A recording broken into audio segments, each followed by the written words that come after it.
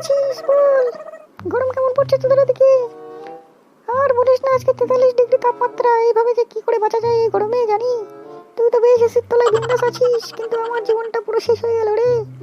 এই দুঃখ আমি কাকে শোনাবো? তুই আমার প্রাণের বান্ধবী, তাই তোকে বলছি। আর বলিস না।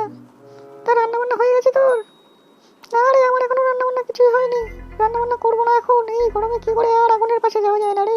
সৌন্দর্য যা ছিল সব নষ্ট হয়ে যাচ্ছে। হ্যাঁ, কেউ তাকাবেও না আর ফিরে। এখন অবস্থা এমন হয়ে যাচ্ছে রে গরমে। আর সানস্ক্রিন মাখলেও কাজ হচ্ছে না।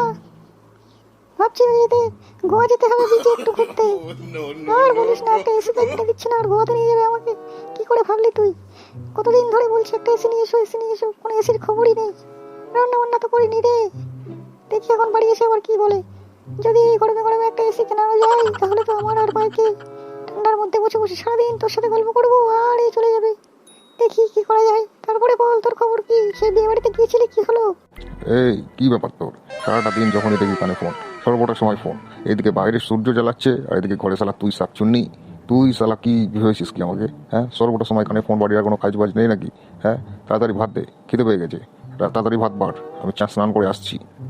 কোথায় ভাত? কিসের ভাত? কোনো ভাত টাত কিচ্ছু হবে না। এই গরমের মধ্যে নিজে মানুষ বাচ্চা না, ওই ভাতের পড়েছে ওনার। শালা গেলবে শুধু, আর কোনো কাজ নেই। কবে থেকে বলছে একটা এসি কিনে আনতে, সেটা তো কোনো খোঁজ খবর নেই। একটা এসি কিনে নিয়ে আসলে কি হতো? এসির মধ্যে তো ঠান্ডার মধ্যে বেশ ভালোভাবে রান্না বান্না করা যায়। এই গরমে আগুনের সামনে তো থাকতে হয় না, বুঝতে পারছো না? যাও, কোনো ভাত টাত নেই, স্নান করে না খেয়ে শুয়ে থাকো।